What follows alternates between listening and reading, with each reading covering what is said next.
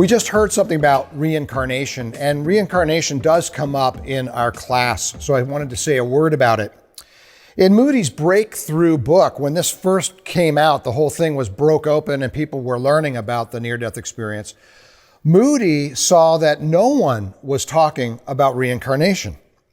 Not one of the cases, he says, I have looked into is in any way indicative to me that reincarnation occurs. However, it is important to bear in mind that not one of them rules out reincarnation either. And that fits with the Judeo-Christian Muslim idea that we're not coming back. We do our work here, and then we spend eternal growth, as Swedenborg would say, in the other world. And this comes out of Ecclesiastes 11, where it says, "In the place where the tree falls, there it shall lie." Just this idea, once we've come into the other world, that's who we are. And another study done, Amber Wells did this study, and it's called Reincarnation Beliefs Among Near-Death Experiencers. And she talks about that today there are a lot of people, years later, decades later, that do seem to adopt reincarnation after having a near-death experience. Well, what happened there? Moody found nothing, and now people are talking about it. Well, here's what her study uncovered. One, a very few people have learned this while having an NDE, like seeing a past life. In other words, what she says is a very few people who are having the near-death experience are either told or see something that indicates to them that they will be coming back, that reincarnation is real. But two, she says, some come to believe strongly in reincarnation after their NDE from intuitive sense within. It's kind of like they think about it after a while and it seems to make sense to them, so they adopt it. And then her third reason was that they just are way more open to different religions. So some people, look at different religions and some adopt reincarnation. Now, I think anybody with any kind of intelligence, with a search, is going to consider reincarnation because there's a lot of things about it that make sense. But what I find from the Judeo-Christian Muslim perspective is that this is something that came along after the initial study. And one of the reasons I use Moody's book is because, you might say, of its purity. No one has heard other people's stories. It's all coming from this first source of discovery. And in that discovery, reincarnation isn't mentioned. Now let's go on and talk about misconceptions.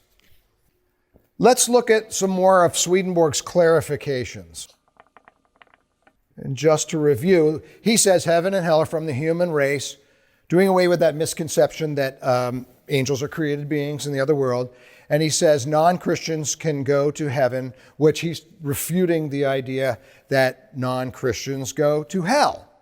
Now, the next one he talks about is all children go to heaven.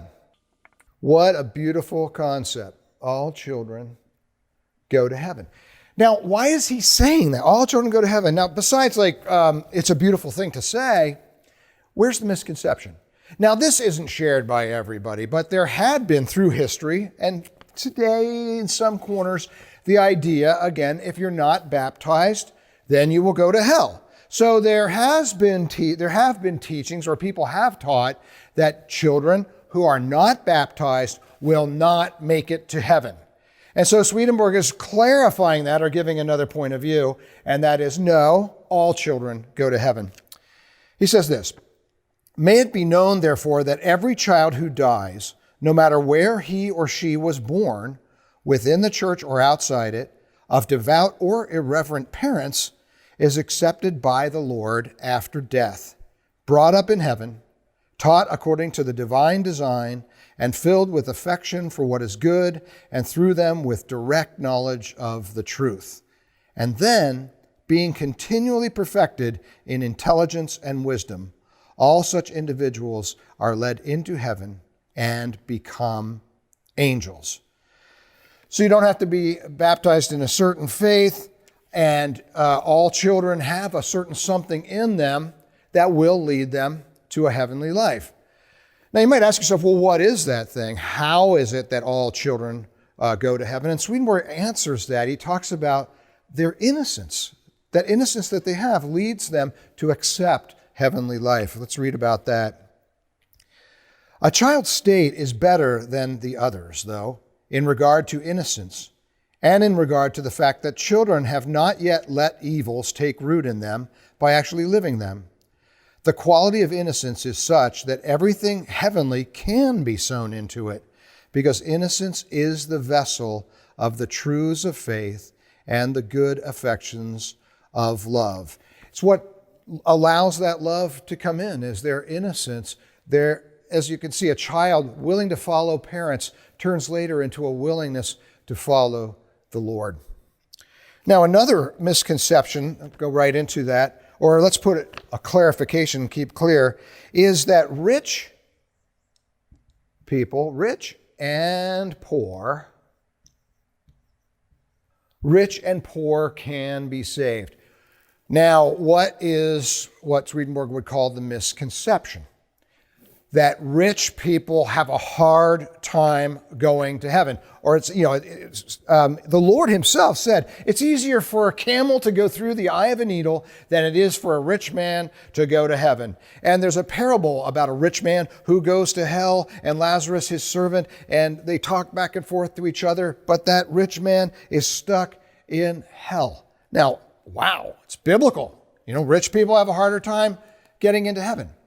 And yet again, we come back to it's who you are that determines whether you're going to go to heaven or not. In fact, it's interesting, people say, quote the Bible saying, well, money is the root of all evil, so people who are rich, they have more money, so it's the root of all evil. Well, actually, the real quote is from 1 Timothy chapter 6, and it is, the love of money is the root of all evil. And one of the things that Swedenborg points out is that you can be poor or rich and love money. You may not have much of it, but you can love it a whole lot. And you can be rich, but love other people and want to share that wealth with others and be a very good person. So again, it's what's inside of you that really counts. Swedenborg says, poor people do not get into heaven because of their poverty, but because of their lives. Our lives follow us whether we are rich or poor. There is no special mercy for the one any more than for the other. People who have lived well are accepted. People who have lived badly are rejected. And again, just to point out, that rejection is really self-perpetuated, so to speak. People in poverty can be seduced just as easily as rich people when it comes to greed and avarice. One more quote about this from Swedenborg. Poverty can actually seduce people and lead them away from heaven just as much as wealth can. There are many people among the poor who are not content with their lot, who covet much more, and who believe that wealth is a blessing. So when they do not get what they want, they are enraged and harbor evil thoughts about divine providence. They envy other people in their assets, and given the chance would just as soon cheat them and live in their own foul pleasures. Wow, he really hits hard on that. So truly, it's what you love.